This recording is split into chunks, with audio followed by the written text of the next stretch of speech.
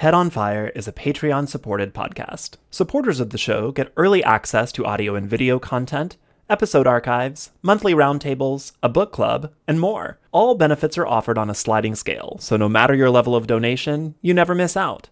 If you like this show, consider supporting it with $1 a month or whatever you can at patreon.com/headonfirepod. Thanks, and enjoy the show. Today, the sun will set at 8:03 p.m. It's my favorite time of year. In the evenings, when I walk my dog, if it's cool enough in the afternoon, I can see both the sun and the moon in the sky at the same time. If you follow me on social media, you know that I am absolutely a summer child. I might have been born in April, but I come alive at the time of year when the sun rises early and the sun sets very late, and you can wander outside as often and as much as you want. It's like this time of year just like calls to you, begging you to come explore the forest and travel along rivers and creeks and climb mountains. It wants to be explored. I don't know, maybe that's just me. I live up in the frozen north of Chicago. It's very cold and overcast and wet and snowy most of the year. So when it comes time that we can finally go outside, I want to spend as much time doing that as possible. But there's a difference, right, in going outside to, I don't know, walk the sidewalk or wander around a local park, or even if you're in a more rural area, wandering a field or forest nearby, and really going to explore the outdoors. Camping, hiking, going out away from people, away from the safety and clutches of society, and getting out to where it seems like you are traveling back in time to find areas that have sort of been frozen in time that aren't really, or at least seem to us to be touched by man. To go out and experience those properly takes money, it takes access, it takes preparation, it takes work, and according to my guest today, it takes a little suffering as well. Diana Helmuth is the author of the book How to Suffer Outside. It's an entertaining, often very funny guide for beginner backpackers and hikers to kind of know what they're getting into before they wander into the great outdoors. If you're someone that also likes getting back to nature whenever possible, this interview is for you. Diana Helmuth, welcome to Head on Fire. Thank you so much. I'm so happy to be here. I'm so glad to have you here. I am looking out my window at one of the first warm, like legitimately warm days of the year. It's like in the upper 80s. According to my watch here, it says it's 88 degrees Fahrenheit outside. It makes me want to go outside. And I know that with this time of year, a lot of people are having the same feelings. And I thought, let's have a conversation about going outside. You literally wrote the book, How to Suffer Outside. I am one of the weirdo people that wants to go outdoors, and you wrote about it. I did. I tried. So tell folks a little bit about yourself, your entryway into writing about the great outdoors, camping, and all of that good stuff. Sure. So I got started actually, no, let me describe how I got the idea to write the book because I think that's more interesting. So when I was 19, I was doing a lot of backpacking with a good friend of mine named Jeannie. I write about her in the book a lot. She's kind of like, it's sort of an advice book, but it's also nonfiction, and she's a reoccurring character. She is the Frodo to my Samwise. And we were hiking in the Paria Canyon in Arizona, which is a slot canyon that feeds into the Grand Canyon. Very beautiful. You're hiking deep between these, amber red sandstone colored walls. Sometimes they get so narrow you're going shoulder to shoulder and wiggling. Sometimes they open up really wide. It's very surreal. It's very cool. And we were walking through there, and we were, according to the Marine who stopped us, lost.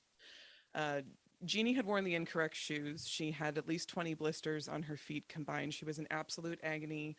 I stepped into quicksand, and then I think one of us fell. Like all of this happened kind of at the same time, and we just collapsed in this wet sand, and we were all alone, and we just started laughing hysterically, like that apocalyptic end of the world laughter that you get when you just realize you are a victim of fate, and how could you ever have the illusion that you ever had control over anything. It's almost freeing. And at that point, I turned to her. I don't remember if I turned to her, she turned to me. One of us said, we should really write a book about how to go backpacking so that the world, the poor masses, can benefit from our expertise. And that that is the origin story of the book. I've learned more about backpacking since then, but to make a longer story short, what I was trying to get at with this book is I feel like sometimes in a lot of nature writing and a lot of social media on nature, this is starting to change, but the prevailing image is of someone who is successful, who doesn't smell bad, who knows what they're doing already because someone came with a magic wand and just booped all the information into their head. You don't see the blisters, you don't see the tears, you don't see the oh shit I'm lost. It's just them on a mountaintop with their arms in the air topless going woo. And that's like 10% of it, right? But the other 90% is just pure and total suffering. And I wanted to write like a permission slip to the world that I wish I had read when I was first getting into backpacking. That was more or less, it's okay, you're going to screw this up a lot, and by the way, when you're screwing it up, it doesn't mean what you're doing is wrong. Like that's a normal part of the journey. So don't let anyone make you feel like that you have screwed up means you don't belong here, that you're suffering means you don't belong here. You do. Obviously there's a lot to be learned, but you're doing great, sweetie, don't worry about it. That's the tone. Yeah. Yeah, a lot of social media accounts that they're following is sort of based on people that want to see videos of being outside, being Yeah, on those hikes. There's that guy who's like, "Hey, want to go on an adventure with I me and my love him. mustache?" I Yeah, love who him doesn't so love him? He's much. hot. Yeah, and he seems to be a professional hiker, so good Hmm. for him. But you see even in his videos, because it's like 60 seconds, so you only really see the highlights, you see the Yeah. high points, you do see that that shot at the end, he's on the top of the mountain, and Hmm. he took you along with him, you saw a couple of his steps, but you didn't see the suffering to get there. Every now Right. and then he'll put up a video where it's like, oh, here's what actually happened, here's how I Right. almost broke my camera, here's how I did Right. this or this or this. So what is it about that, the journey of the backpacking, the actual suffering outside bit, that so intrigues you and that makes you think other people should do this? Definitely. Right. I mean, that's an eternal question. Why do we climb the mountain, right? Why do we go into nature to hurt ourselves and come back and tell other people we did it? And I recently had a conversation with Rue Mapp and Sylvia Vasquez Lovato and Lauren Delani Miller about this at the Bay Area Book Festival. And we were talking about how our relationship to nature has changed over time. And I think when you first start, it's very, nature is a masculinity proving ground, for Mm. lack of a better term. You go out there to see how much you can take. You go Mm. out there to test yourself. And that was probably still is, if I'm being honest with myself, a little bit, but I'm trying to change it. And an approach to nature, it's very masochistic.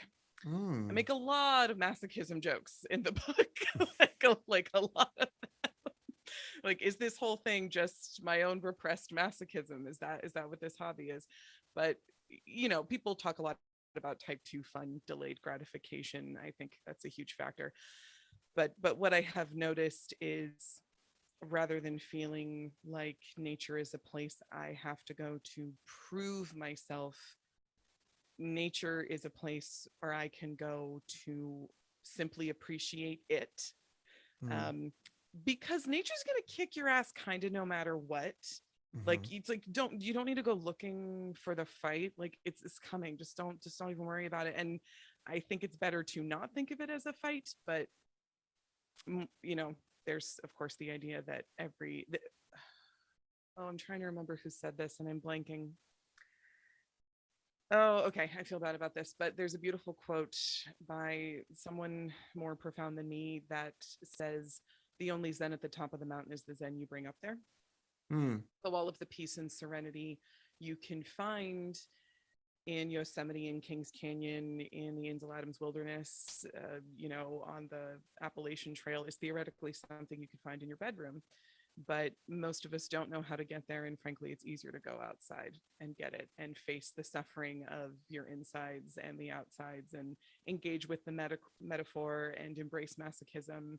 And it makes for a great story. So, what's the harm, truly? I think sometimes the reason why that, because I agree, but I think the reason sometimes why that is, the only Zen at the top of the mountain is what you bring with you, and that you had it all along, Dorothy, Right. is Right. is because when we strip ourselves of our routines and we strip ourselves of our little daily triggers and our reminders of all the things that we're bad at and all the things that we're not doing and all the things that we're avoiding to go outside, um, it gives us a space to separate ourselves from our anxieties and our Yes. everything else's and focus on the fact that, oh, there I am. Yeah. There I am. Yeah. I think that's really true. Sometimes you do need that. You need something to shatter your routine, to see what you're like in a different environment. Yeah, I think that's completely true.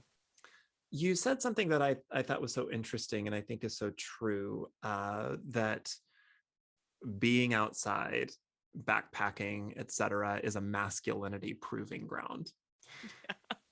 And I think it's so interesting because when you picture a backpacker, when you picture hiking and going outside and all of that, it does feel very masculine in a very cisgender, heteronormative, Mm-hmm.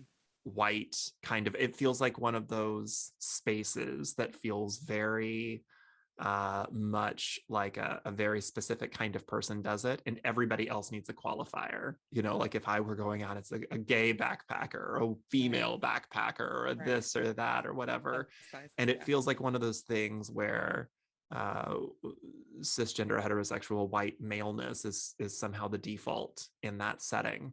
So I appreciate that you wrote this book and that you are such an advocate for people to go outside and make the outdoors theirs as well. Do you feel that? Did you feel in getting into backpacking? Did you feel that you were invited in? Do you feel that you know folks who are seen as an other are invited into those spaces? And if Mm-hmm. not, are you seeing that change? I think I sort of have two answers to that. So for for my experience, the person who first got me into hiking and backpacking was my mother. And I also grew up in like I basically grew up in a femme cult. Like I grew up in an entirely female house. Like men kind of came in sometimes, but like I never even listened to a man growing up. My mom was the authority, full stop.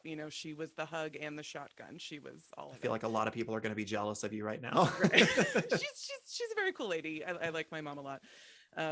But and then I did more backpacking in high school through a program called Team, which I write about in the book. This was a truly amazing experience, very unique to, I think, the county I grew up in, which happened to be very wealthy. We were not a wealthy family, but I grew up in a very wealthy area. And when you grow up in a wealthy area, you get to do things like take your junior year, and instead of going to normal high school, you go to a program called Team, where it's you and 24 kids and two teachers, and you do your quote unquote normal classes, but you also spend all Tuesday going to a literal internship instead of school, and you go on 3 backpacking trips, and they teach you wilderness medicine. And it was the coolest thing I've ever done. I feel so grateful that that happened. It was free.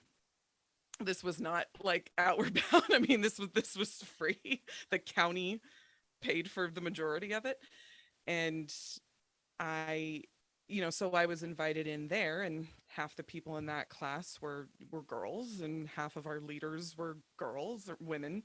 And so it didn't occur to me that being female wasn't the norm until I encountered other backpackers on the trail. And a lot of the time I was patronized, I was talked down Mm. to.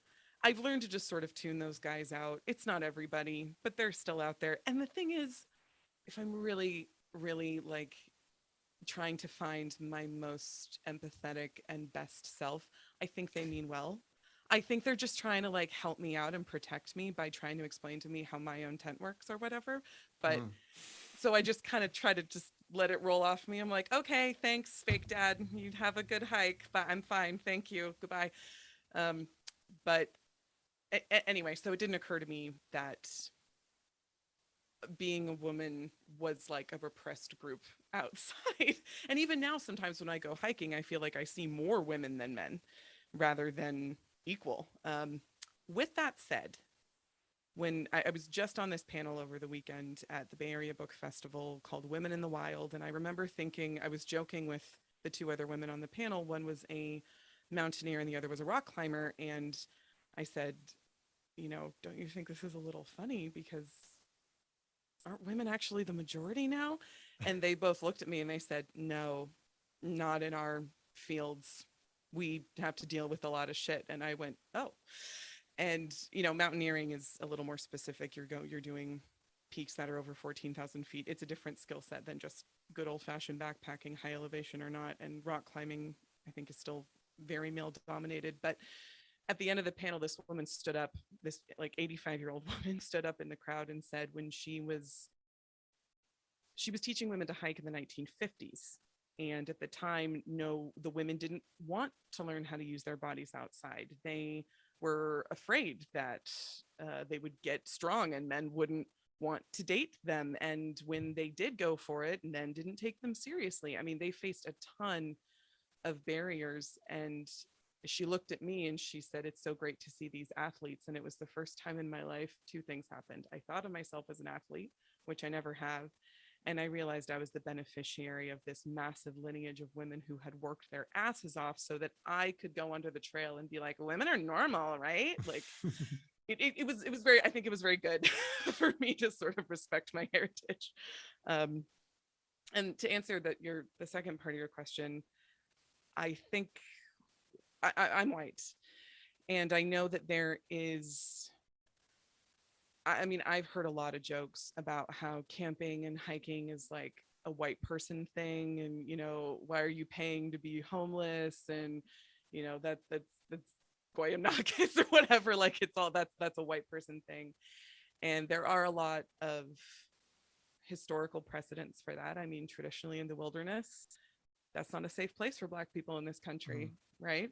Mm-hmm. And I think there are a lot of activists out there who I'm mostly just trying to point to and amplify who are trying to change that, like the group Outdoor Afro, um, She Colors Nature. Those are two people that come immediately to mind that are Queen Work, that are three people. There's zillions more. That's just off the top of my head. But these are Black women who are basically standing up and going, we're outside. It is for us. Let's change the narrative. Let's show Black joy outside. I think that's magnificent. And my hope is as time goes on, that tone shift will just change and this won't be considered like a white person's hobby anymore. Yeah. Let's talk about access, because something that you brought up made me sort of chuckle a bit. Um, so I live in the suburbs of Chicago, and when I work downtown, people, and I tell people where I live, they act like I live in a far off land. They're very concerned about like my access to water and basic essentials. They're like, oh, do you all get electricity all the way out there? So bad. Like, it takes me less time to get to this office than you do, right? Like, I have a direct line here and you've got to take 30 different trains or whatever to get to the office. But it's so interesting because when you live in a city environment, when you live sort of disconnected from nature, and a lot of people do, cities have millions and millions of people in them that are, inherently sort of disconnected from nature. You might get a park, Right. but being able to go backpack, being able to go actually go out into the wild of nature, there's an accessibility issue there, and inherently, of course, there's a conversation of privilege to be had anytime there's a conversation of accessibility.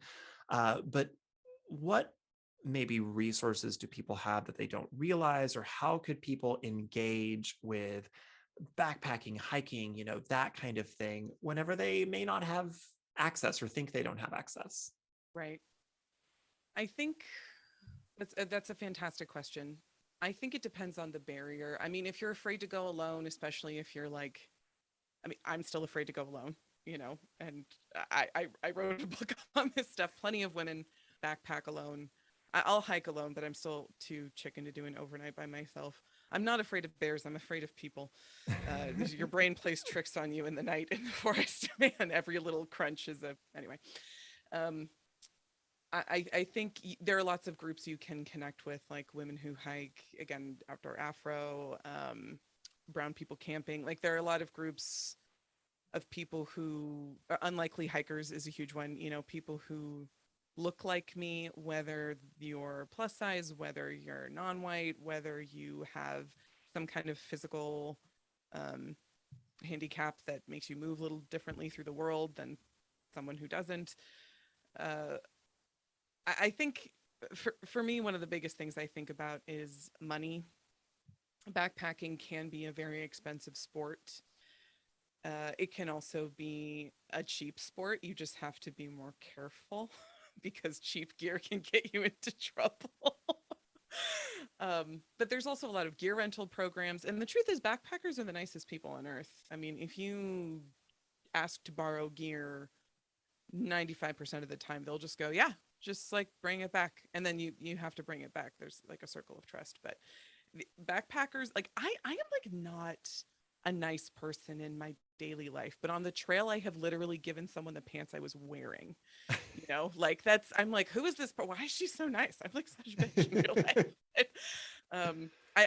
I don't really know And then as you're why. walking back half naked to your car, you're like, I need to have a conversation with nice me. That bitch. I mean, I wore my long underwear, my pajama pants, so I wasn't totally naked.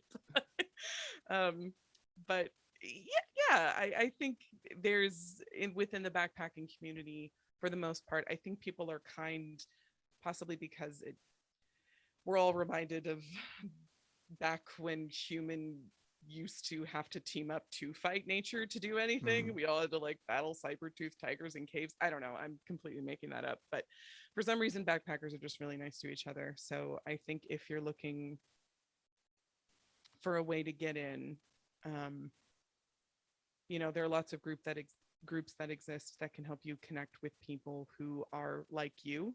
If you feel like you're not the quote unquote normal hiker, you probably are. And there's groups out there that can help affirm that for you. And I think in terms of money, borrowing gear rental programs at REI, and I want to say Big Five, they like low key run the biggest gear rental program in the United States, and just no one ever talks about them. Oh my God, I feel so bad. I can't remember if it's Big Five or Sports Basement. It's one of the two, and I wrote about it in my book. But um, and then finally, on the one hand, accessibility is great because I think the more people that go outside, the more people appreciate nature, the more likely they are to vote for climate change initiatives. Like it has these huge trickle down effects.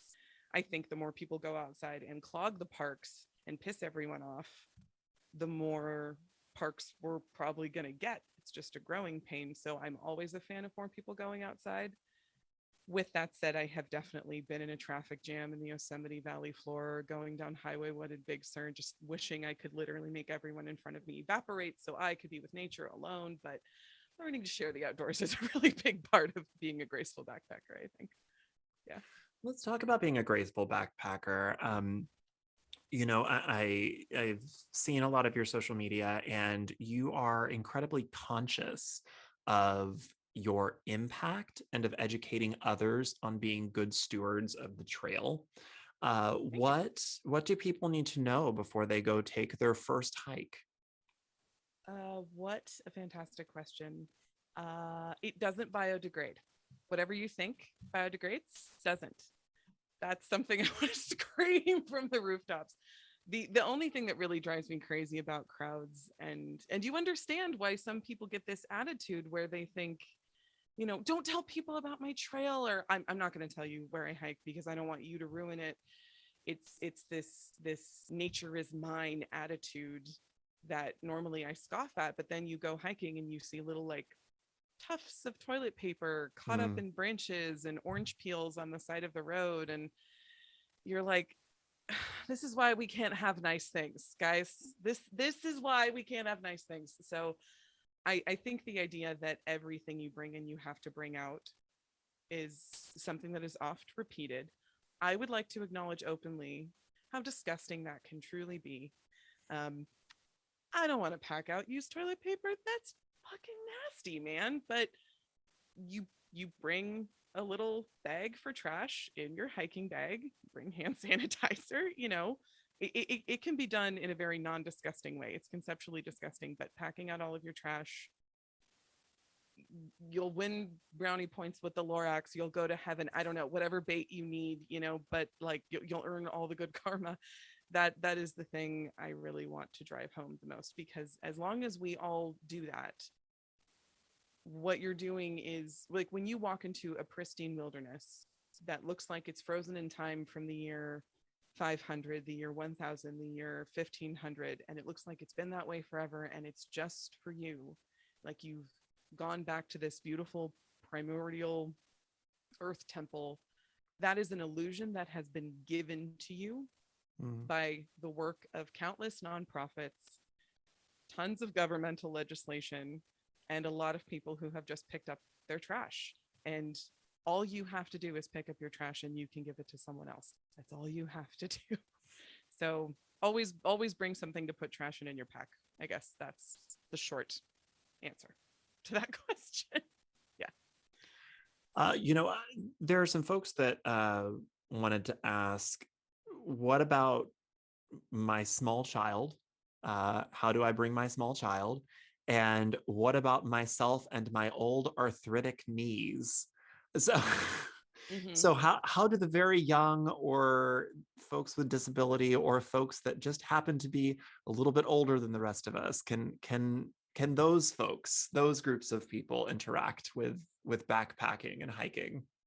Yeah, I think, well, with full disclosure, I am not a parent, so I can't speak from personal experience too much to the kid thing other than to say, I hear they're making cool backpacks now that allow you to like put your kid on your back and then you can hike with them. Um, I don't know how you would deal with diapers in the wilderness. I know that people do deal with them. I think it might Cloth be just to pack diapers. it I in. mean, bring something you can wash. Yeah, cloth diapers. Yeah, or pack them all out. Although I think that would get really bulky over time. I I loved your TikTok video where you were like, people like put the diapers or the whatever in the jar or something, and you were like, "That's a bomb, oh baby." yeah, oh my god. Right. No, this woman told Might me be I my was favorite talking piece of about. media of yours ever. I Yeah, I love it. was talking about leave no trace, and this woman commented. She said, I go hiking with my dog, and I have to pick up his number two, and obviously use the little doggy wag bags. And then she says she puts them in a glass jar to keep them from getting smooshed in her backpack while she hikes, and of course from smelling, which is a genius idea. But I just thought about that conceptually, and I was like, that's also a bomb. That's something you could dominate a village with that kind of weaponry. So that's a method. Yeah. But I think, yeah, I wish I could speak more to little kids. I might just have to defer to better voices. Tons of people do it. I I don't know the details, unfortunately, but for arthritic knees, I can definitely talk about that. I am a huge fan of trekking poles. And also, I mean, there are lots. The beautiful thing about the internet now is that you can just look up about any trail in the world. So if you know in your heart you are not super good at hills, because when you go downhill, your knees scream. First, there's the hurdle of self acceptance. Like, hiking is still for me, even though I can't go downhill all the time. It's like, that's okay. Not everything is Everest. Like, there's lots of gray area here between your backyard and the Himalaya. So let's go find it.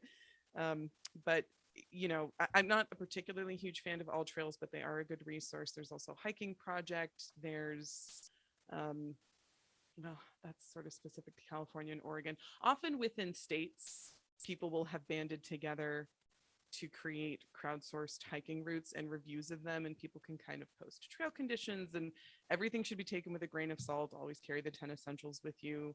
Conditions change all the time. That's part of the fun of nature, is you never know quite what you're going to get. But you can definitely just go outside and hike flat with poles. You don't always have to tackle a hill. And your adventure is completely valid, by the way, because you're not here to conquer anything. The suffering's going to happen whether you want it to or not. So like, don't worry about that. But I think the biggest thing I would say to those people is nature's still for you if you want some. It can absolutely be found. You just need to be more careful about the trails you pick. Yeah. I had another person who wanted to ask, are there any animals I can put in the woods with minimal risk to myself or the animal? Animals see. you Oh, can pet. Sorry, pet in the woods. Are there any animals I can pet in the woods with minimal risk to myself or the animal? Okay, they do admit that this is a half joke, but I do think that this brings up a very good topic about interacting with wildlife while you are in their house. Right. There's actually, I will recommend a really wonderful book by Rachel Levin called Look Big that discusses this precise topic. But I think my answer to that's going to be just no, just like hard no. When you're in nature, you don't want to touch the animals. You especially don't want to touch the ones who seem like they want to touch you, because that means something's probably really wrong with them. Rabies is real. You don't want to have to find out you just got bit by something that may or may not have rabies while you're, 4 days away from the trailhead and can't get your shots immediately. Oh my God, the thought of that scares me so much. So no, I mean, I wish I could say that the last time I was in Kings Canyon, I saw a little baby bear and we snuggled in my sleeping bag and he blew me a kiss and now we're best friends and I can't wait to see him this year. But I did see a baby bear and my blood ran cold because I thought, there's a bigger bear mom somewhere. Oh my God, where's your mom? Everything was fine. She was I was not between her and her cub, so all was good. But yeah, nature is to be seen, not touched, I guess. That's what we save our beautiful pets for. I wish I had a better answer than that, but it's just the sad truth. Yeah. No, I think I grew up in Texas, the land of, hold my beer, watch this. And Right. I just can't tell you the number of people that think they're going to be the person. They're going to be the person to play with the snake and it not bite them. They're going to be the person to literally go poke the bear. Right. And it be a funny video or a cute story that they tell. And I'm like, you are not the guy, my guy. You just aren't. You are not. And neither are any of your friends. Like, yeah. Also just don't. Yeah, I think maybe it goes back to that masculinity proving ground thing. Like, if I can pet it, it means I have dominated it. And like, no, just leave it alone. Just, you're an animal too. They're an animal. Watch each other like you're two animals and ignore each other, which is usually what animals do, unless they're killing each other. That's usually the only time that they touch. Yeah. Okay, I have a very selfish question for you. And this is going to inform just our friendship and our relationship forever. So no this is important for you to get right. Oh God. Am I still camping? Okay, so there's layers to this. Am I still doing camping if I bring one of those big tents? No. I've got layers. I told you there's layers. You have to take this seriously. Go. Yeah. Okay, so am I still doing a camping if I bring like a big tent, okay, and I've got one of those like inflatable sofas, and there's like a table and a TV situation, maybe a switch, and I also bring like an inflatable king size bed with a pillow top on top, and like full bedding, and like a little hangy light for my big tent. Am I still doing a camping then? Is there also a French press? Obviously. Okay, good. Just check. Yes, or at clearly. Least a pour over. I mean, at least. Listen, ma'am.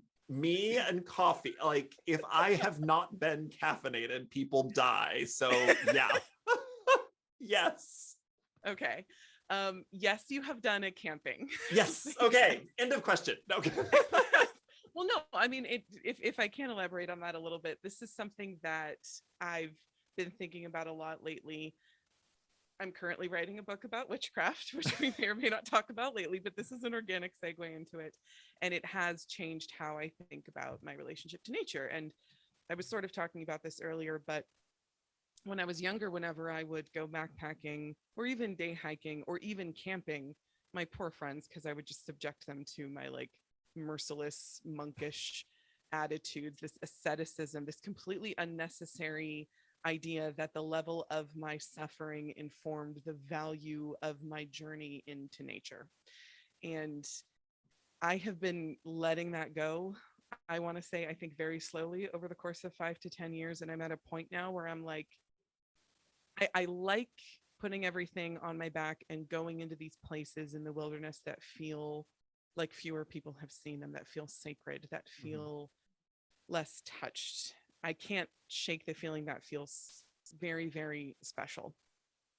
At the same time, I have had moments outside sitting under a plum tree in my backyard that have felt profound and magical, and like the green is talking to me and shit. And so, you know what, if you go camping and you bring your luxury tent and your blow up mattress and your pour over, I don't, I think that's fine. I think the key is if you're going outside and communing with the plants, however you would like to do that, I think that makes you and the earth and the future generations all better. So great stuff, have at it. There's nothing wrong with being comfortable outside. It's just like, it's Yeah. just your advice from earlier. If you Mhm. take it with you, that does mean you have to pack it back up and take it back.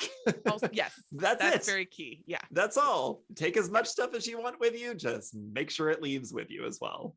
And sometimes bringing your whole glamping apartment, I have found, is like when it takes 6 hours to set it up and 6 hours to tear it down. Because I glamp. I mean, I like at the end of that process, though, I'm like, man, I wish I had just brought a tent and a sleeping bag and a bunch of packets of ramen just so this could be done. But you know, when you're glamping, you feel like royalty. It's the best. It's fun. Oh, Yeah. for sure, for sure, for sure. I will say it's been many a year since I've camped. I think my last time camping, I was up in West Virginia, and my family's from there, and waking up next to the pond and your sleeping bag, and it's kind of chilly because it's just a tent and there's no insulation and all of that.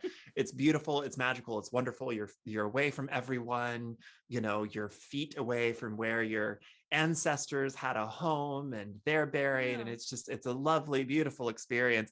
And I will tell you, looking back on it, I think, gosh, that was just a cherished, wonderful memory that I'm so glad that I have, but it would have improved if I had an inflatable mattress. Yeah. A lot of my time nothing outside, about that experience that I couldn't have had with an inflatable mattress is all I'm saying. a lot of my time I don't outside want could to have sleep on the ground. I don't want to. Yeah. I wish I don't had want- learned that earlier. I really do. I really do. And I can go be in the mountains and I can go make the green things talk to me or whatever and still not have back pain. Mhm. Mhm. Absolutely. Yeah. I mean, especially as you get older, like Yeah, I'm you only in just my call me 30s, old. but I don't hike like I did when I was 18. I mean, even like I'm still relatively young, but just like even I'm like, oh, Why be miserable if you don't have to? yeah. Yeah. Like it goes back to that whole the suffering's coming no matter what. So like prepare your comforts as you can. It's fine. You're not less because you have the inflatable pillow. It's fine. Okay, but I do have some folks that do have some questions Okay. about overpacking. So even though I am probably a maximalist when it comes to packing, what are your tips for folks that are on the opposite end of that spectrum for whatever their personal reasons are, reasons I cannot begin to fathom? But, Right. but for folks that don't want to take much with them, what do you recommend being in their bags? What do you recommend being in their trunks as they head out into the wilderness? Great question. I do have a packing list in How to Suffer Outside that I spent a really long time thinking about, and it is everything I put in my pack, kind of depending on whether I'm going somewhere that's wet and cold versus hot and dry. But I think Coco Chanel said, "Take one thing off." That's always a good a good motto. the art of backpacking truly is packing your pack and finding, do I have everything I'll need, rather than packing things that I think I'll need but won't, or oh God, if I leave that thing behind, am I going to need it? But then I won't, and then I've wasted all this space. Maybe did I say that right? Whatever. I think people know what I'm trying to say.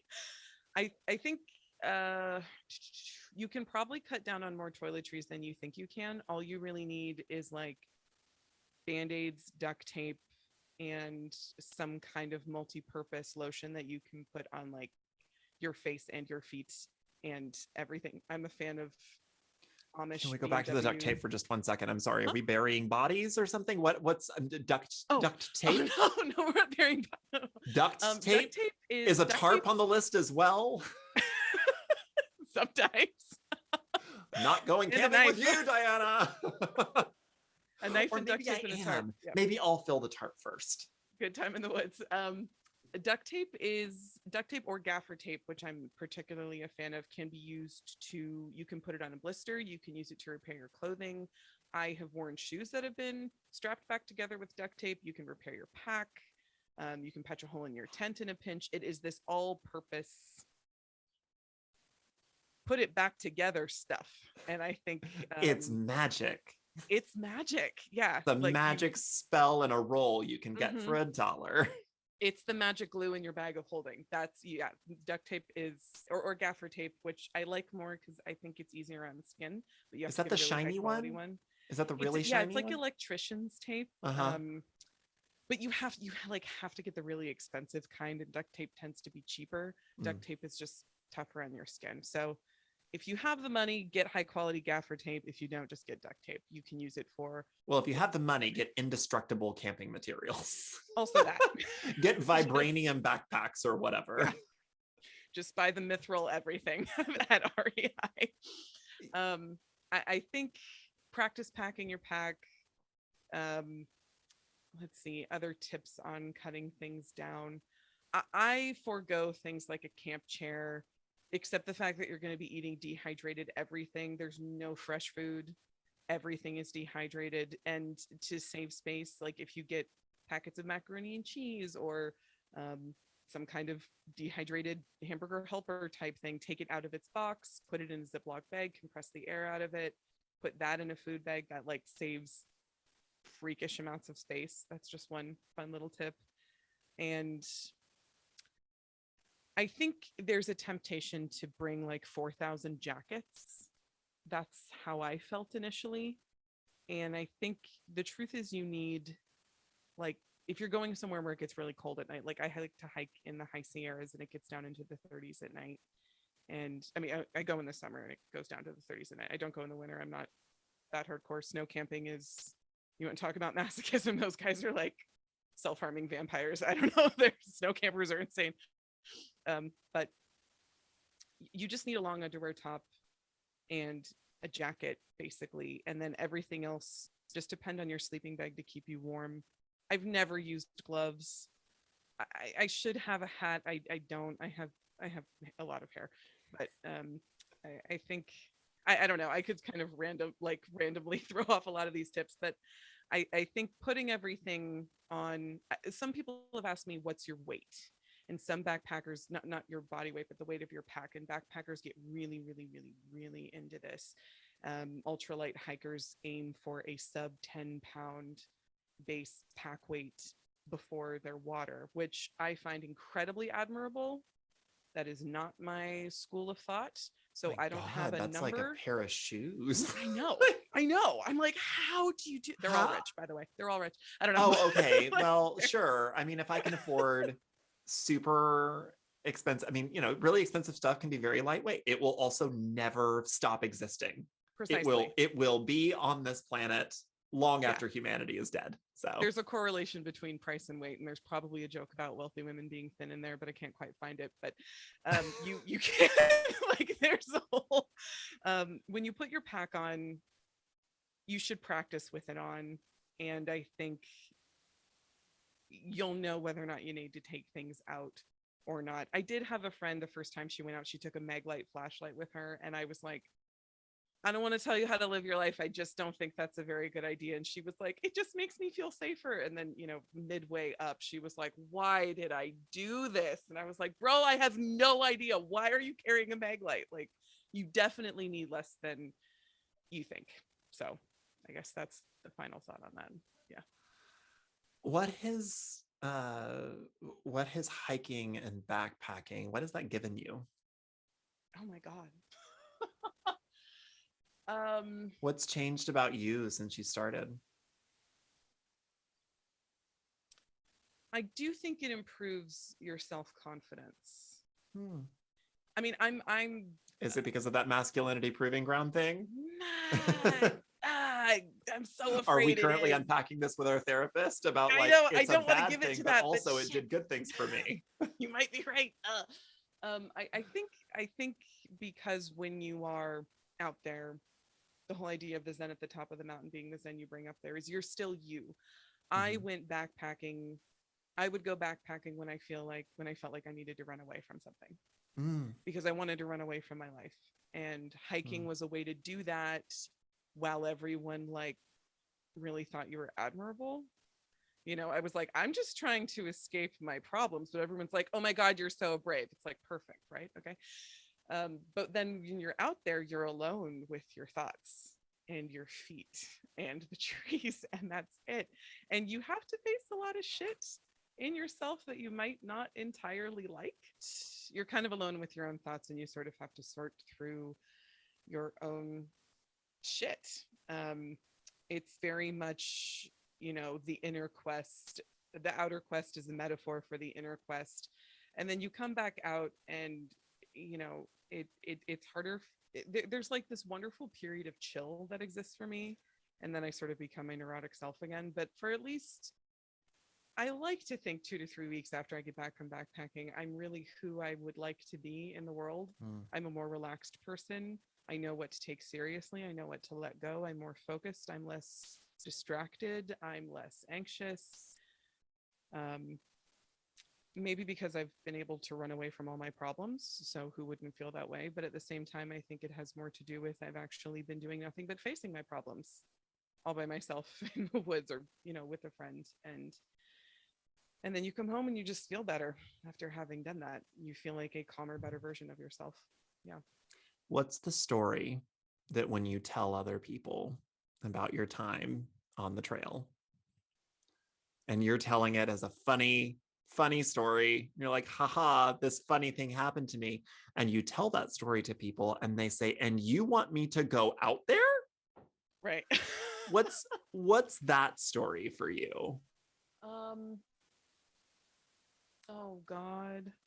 Well, there's one in the book where I have a few answers to this. There's one in the book where I get lost on an active volcano with a couple friends and we end up having to escape through the ex-dictator's land after running out of food.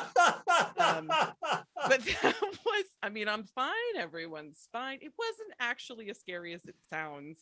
I mean, when Jeannie tells this story, she's like, Diana's a wuss. We were never in that much trouble. But it sounds cooler when I talk about it, I think. But more to your point, I took, oh my God, I took my poor, innocent, patient, willing, kind, thoughtful boyfriend backpacking on one of his first trips in like 10 years. As part of research for the book, I was trying to just get in as many trips as I could because I thought that would be good for me. So we went down to Big Sur. I live in Oakland, California. Big Sur is like 2 hours away near Monterey. It's this beautiful natural area by the coast. And we were going to backpack kind of this sea to summit route. You go from near the ocean, you climb up through these beautiful misty meadows with wildflowers and rolling grasses and rattlesnakes, and then you get to the top of the hill and then you kind of come back down. It's a little 2-day loop. And he's so excited. He trusts me so much that he just gets to enjoy this because I've got the map and the plan and I looked up the route and everything. So what happened is, and let this be a lesson to you all, I read my topographic map wrong. There's a topographic map is a backpacker's map. I mean, other people use it, but in backpacking, it is the de facto style map that tells you elevation over miles, how much you're going up or down. And there are contour lines on the map that allow you to see distance and elevation. So between one line and another line, that's 100 feet, right? Up or down. And usually it's 100 feet. And in the map I had, I thought it was 100 feet. It was 300 feet. So everything I had planned was actually 3 times steeper than I had planned it. And I didn't realize that until day 2, because I was on top of the mountain without water, on the verge of tears, going, why am I so out of shape? What is wrong? Why is this so hard? And then I looked at the map again and realized what I had done. And I was like, hey, sweetie, so the thing is, this route we planned that we're in now, that we're stuck on, that we can't get off the ride now, we're locked in, is 3 times harder than we thought it was going to be. And we went to a campsite that I heard was nice, and it ended up being through, and I'm not exaggerating, it was 2 miles. We were bushwhacking poison oak for 2 full miles, which is how I found out I'm not allergic to poison oak, because I thought there's no way in hell we're not going to get, I mean, we tried initially, you know, you sidestep, you do this, you do that, but this trail was so overgrown, and eventually there was no choice. We had to push it out of the way. So we were like, okay, well, hopefully it just doesn't take effect until we get home. And then magically, neither one of us got poison oak, which is sort of how I found out I don't get allergic to poison oak. Lucky me.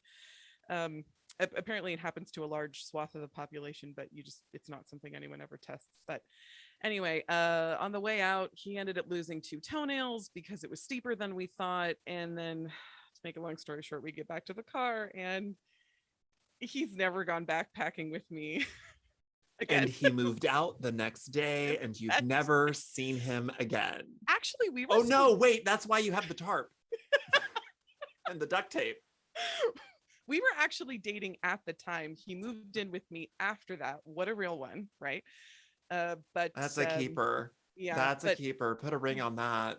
He tells me he's not mad about it. He tells me he's not harboring any resentment or guilt. Through his teeth. He's totally lying, because he has refused to go backpacking with me ever lying since. Through his toenails, which and whenever, he has 2 whenever less I'm of. like, it was a long time ago, I've learned, I'm sorry, he's like, I know, and I'm not holding on to it. Okay, so when you say a long time, he still won't go.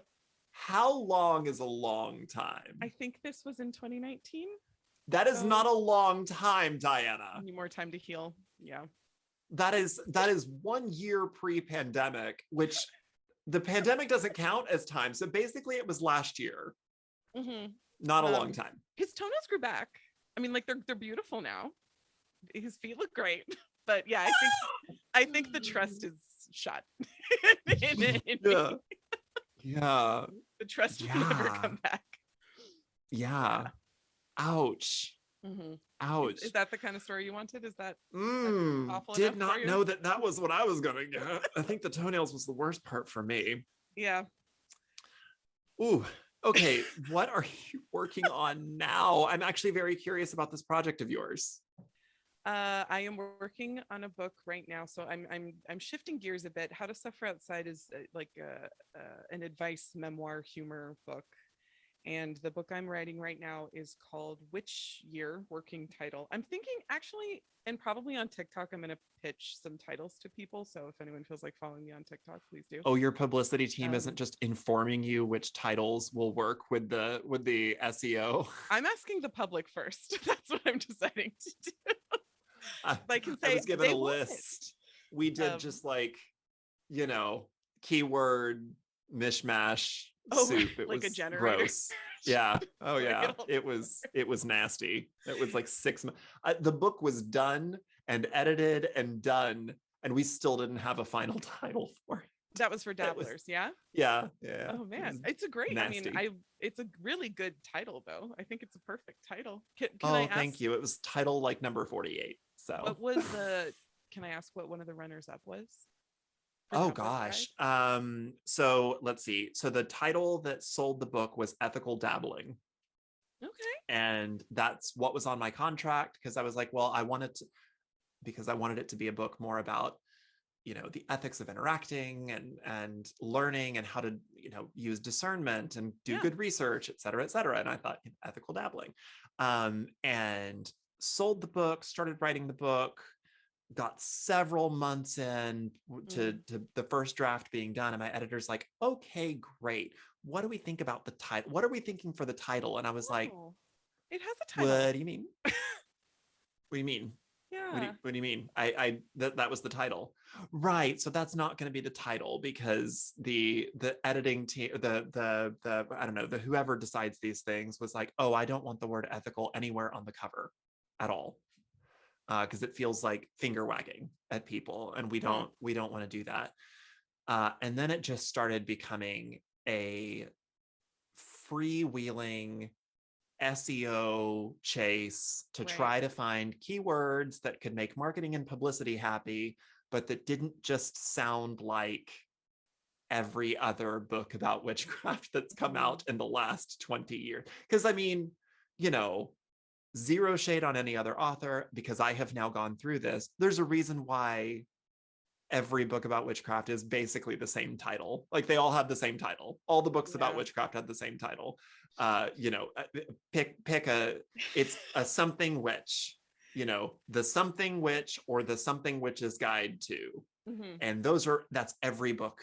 That's every witchcraft book. I don't want to agree with you, but I agree with you completely. Right. It's I mean, the blue witch's guide to blah, blah, blah, the green witch's guide to yada, yada, yada, the psychic witch's guide to yada, yada, yada, the modern witch, we should make there's like, this would be funny. Right. There's like 10 or 15 words that make the algorithm happy, and every book is some combination of those. So we went through all of those, and we had settled on a title, and then or they told me that they found a title that they liked. I was like, sure, fine, whatever, that's great. And then we found out that it was the title of another podcast, and I was like, okay. So then we changed it again, and then went on another like 2-month SEO spree, and finally, I think Dabbler's Guide to Witchcraft ended up being like a subtitle for a different title, and I was like, well, what if we just make that the title? My editor liked it, I liked it, and at the time they were going through changes in leadership, and the person that hated my original title that set us off on all of these things was gone. So basically, I probably could have gone back to like ethical dabbling or something and gotten it, but we went with this, and that was the title. And I said, I do not care. The book cover was done with the wrong title. My book cover, like when they were pitching the book cover, the original like arcs of it and stuff, it had the original old wrong title on it. Like, that's how far we were in the process without the title of the book. Wow. I know. Like the ethical dabbler. I mean, it does describe, because you spend a lot of the book talking about ethics, which I liked. Oh, there's an entire either a chapter or a section I did call ethical dabbling, because I was like, I'm gonna get that in this book somewhere. Yeah. I'm gonna get that in here somewhere. Yeah. Good for you. I mean, The Dabbler's Guide to Witchcraft is a good title, but I would have liked ethical but dabbler. It still fits that the something guide to something. And it's sort of like in fiction right now, every title is a blank of blank and blank. Oh my God, I didn't think about that. Every fiction title, every single fiction title is a blank of blank and blank. And fill in the blank of city of roses and robots, a sky of hopes and demons, a court of thorns. That's every title right now. And it's a trope. I guess it's a trope that sells because they're still doing the trope. So somebody in marketing somewhere must know what they're doing.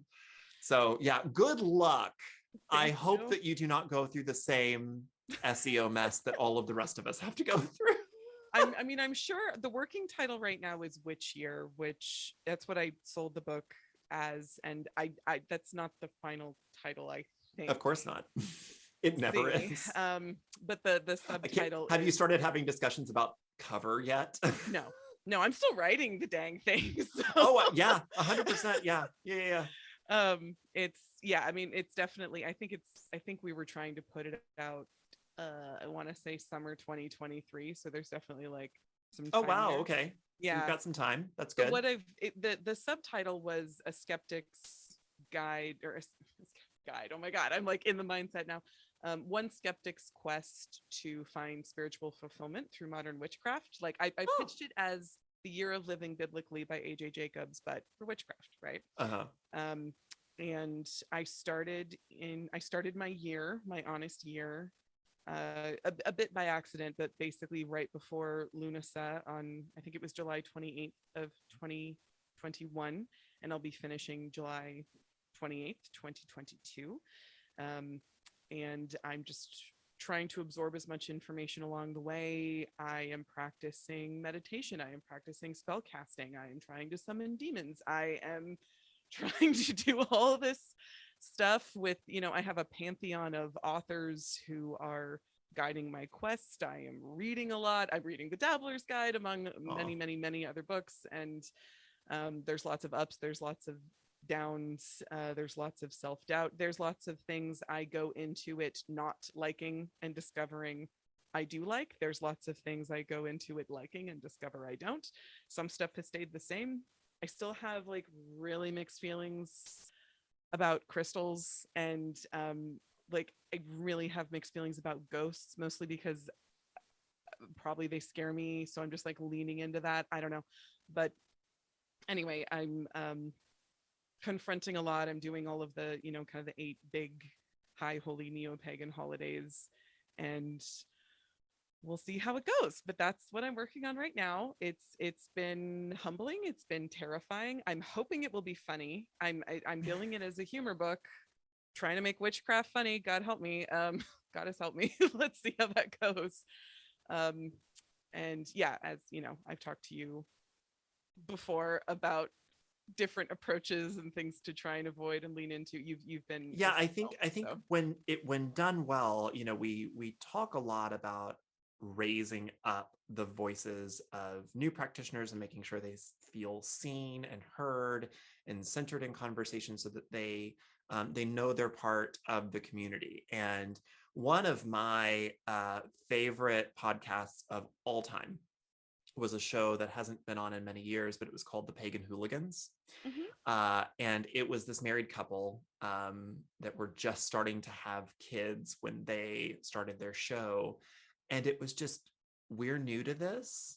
This is new for us. We're wanting, same thing. We're wanting to start studying, and we want to document our journey into studying. And it was a very non-ego driven, just come along with us. We're going to Yeah, get stuff wrong. We're going to ask stupid questions. We're going to fumble, and we're going to invite you along with us. And it was the most charming, wonderful, well, good spirited thing. And it gave everyone so much joy. And the thing is that we haven't had that perspective in such a long time, and certainly nothing that I can think of in book form, because I think that we think of publishing, and I understand why, and I get it for a lot of reasons why. We think of a published book as needing to be instructive, and if you are instructive, that means you have to have years and years of experience. But the thing is, there is something incredibly instructive about the new experience. There's something incredibly instructive about somebody who knows how to learn, coming into a new topic and taking new people along for that journey. yeah, And I'm excited. I'm excited to hear your perspective. I'm excited because I haven't been new in so long. I write for new people, and I hope that new people find value in what I put out. But the thing is, what's it like being a new person in 2021, 2022? I mean, when I started, social media was not a thing, you right, know? right. The best we had were the 6 books on the new age shelf at the back of the local bookstore, and that's everything that we had. So you are starting at a time when there is such a wealth of information, and all sorts of voices are at the table, and that was not present when I started. There were a lot of default settings and implicit biases that were programmed into my brain that aren't going to be programmed into yours, because you're starting at such a different time. And that's so exciting to see. What just, I don't, I'm sure that we'll have you back on. Like there's a team. Like I've got a team. No, let's pretend. Hey, There's Jimothy, a team. I have a there's a team. team. I have a I'm a team. whole team. You have a team, and we're very Uh, important people. Yeah. I'm sure that you'll come back on whenever. I hope you'll come back on whenever your book comes I out. hope to. But I think it would be interesting to hear. Is there any particular thing that sort of surprised you along the way? Is there anything that you want to tease maybe a little bit? Anything that you want to dribble out there for the for the listeners who might be interested to see your book come out? Yeah.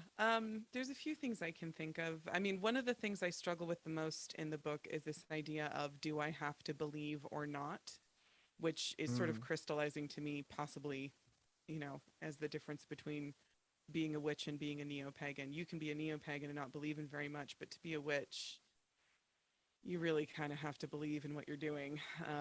I think for it to work is that's mm. where I am right now. If someone wants to have a conversation with me about how that's not the case, I'm very open to that. That's just where I think my reading has led me to believe that.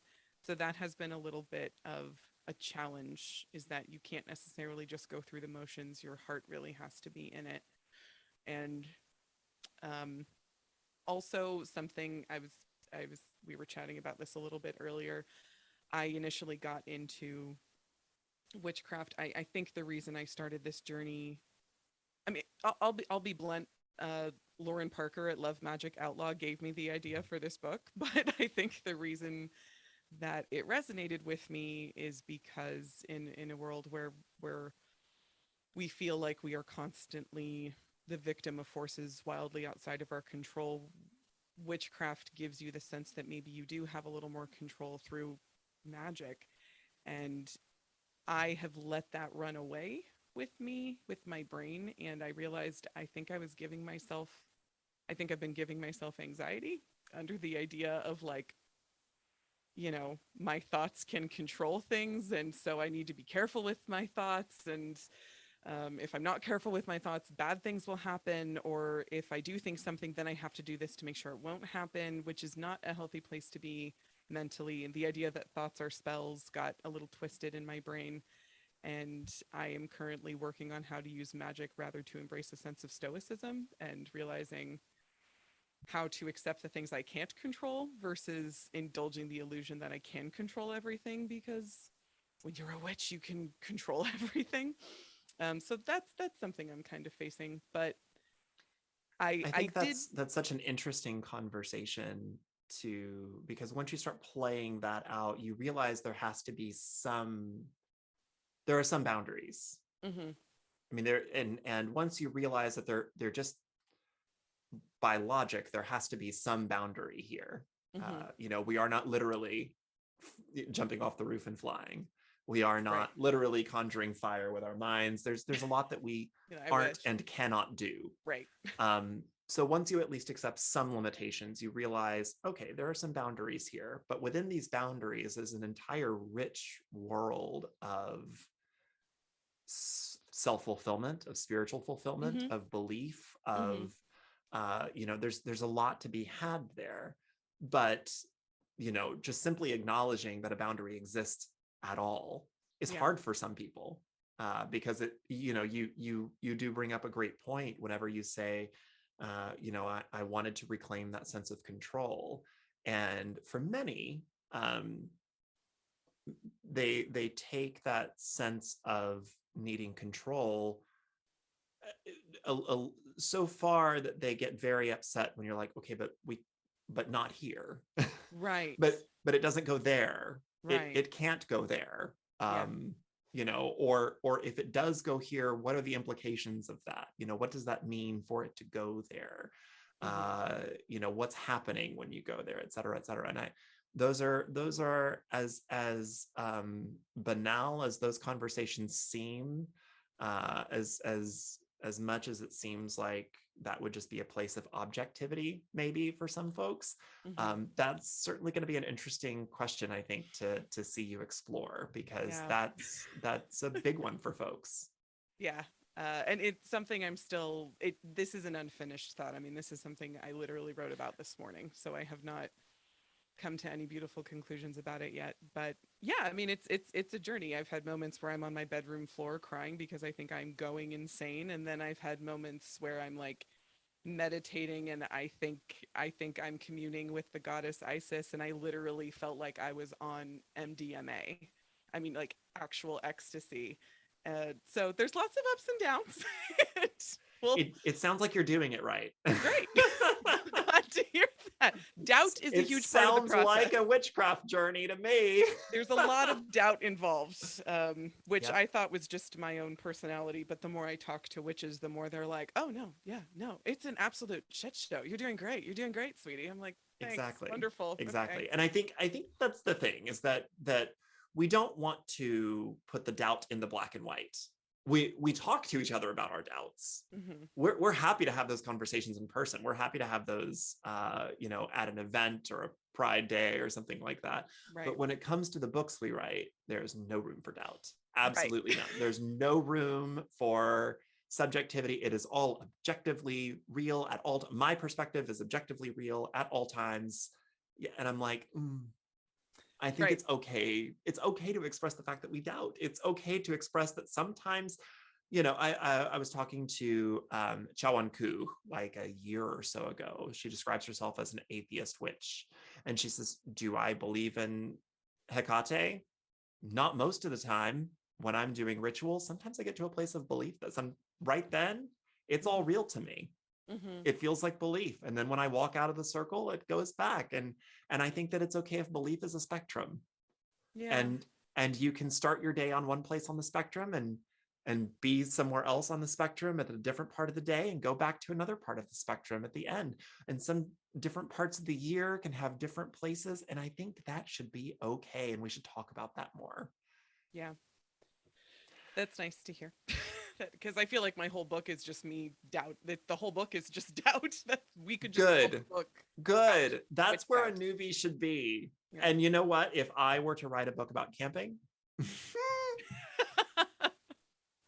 it would be right? not just how to suffer outside. It would be, I am absolutely suffering outside.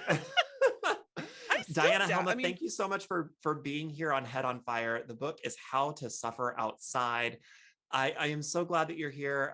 I truly appreciate your perspective, and I'm so excited to see where you go and where your voice will take us. Thanks so much for being here. Thank you. It's really, really great to be here. Thank you.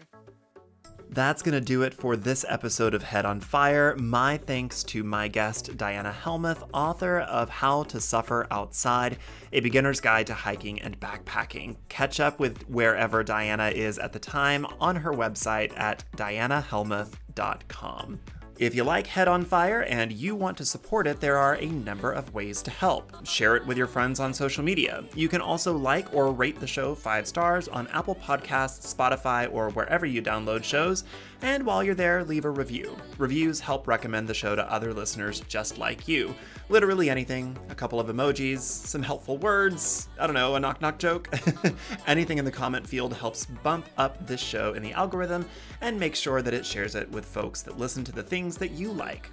Help keep the show free and producing regularly by joining my Patreon on a monthly basis. Patrons receive additional audio and video content, as well as archived episodes, a private Discord server, and a monthly book club. This month, we are reading Until I Am Free by Dr. Keisha Blaine. Sign up at patreon.com/headonfirepod. You can connect with me on most forms of social media. I am at headonfirepod pretty much everywhere. That's going to wrap it up for this episode. I am also going to try to suffer outside a little bit today. I hope you are as well. But remember, if you're going to go outside, don't accidentally make a bomb. Bye now.